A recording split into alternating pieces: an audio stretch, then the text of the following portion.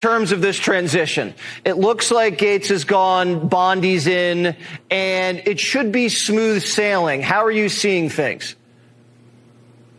Well, President Trump has assembled, as I'm sure you've seen, Jesse, the most transformative set of cabinet secretaries in American history.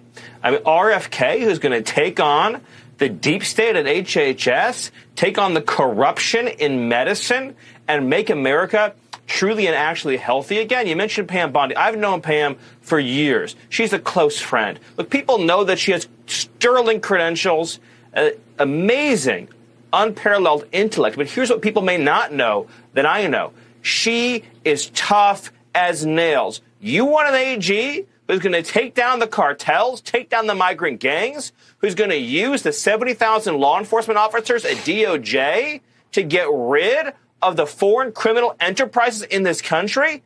That's Pam Bondi. This is the AG that is going to help President Trump deliver on his promise to liberate America. President Trump has also announced a transformative pick for OMB, Russ Vought, that just came out. Russ Vought, nobody, and I don't mean there's any competition here. Russ Vought has been the guy for the last 4 years who's been developing the plan to take down the deep state. That's Russ. And he's going to be right there at OMB to execute that plan. This is really incredible stuff, Jesse. About civil disobedience, you've mentioned that a couple of times now.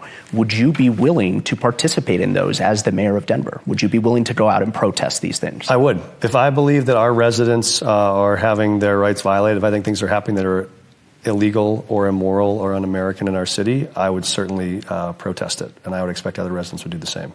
Trump's new border czar, Tom Homan, has said that he is willing to arrest leaders like yourself for standing in the way of these policies that they want to enact. Would you be willing to go to jail for these things? Yeah, I'm not afraid of that. And I'm also not seeking that. I think the goal is we want to be able to negotiate with reasonable people how to solve hard problems. Republican and Democratic presidents in the past have all tried to find solutions to these problems. President Reagan helped people get access to work so they could stay and support themselves. Biden and Harris worked on restricting entry at the border to close down. There are a lot of ways to approach this problem. We don't think it has to come to this. But yeah, I think when you look at, Ralph Carr has always been one of my heroes. He was the governor who in the middle of the internment of Japanese Americans said this was the wrong thing to do. And he stood up. It was unpopular. People were mad at him about it. That was in the middle of wartime. If the president or any of his actors are going to do things that we think are illegal or immoral or un-American, we'll stand up against those.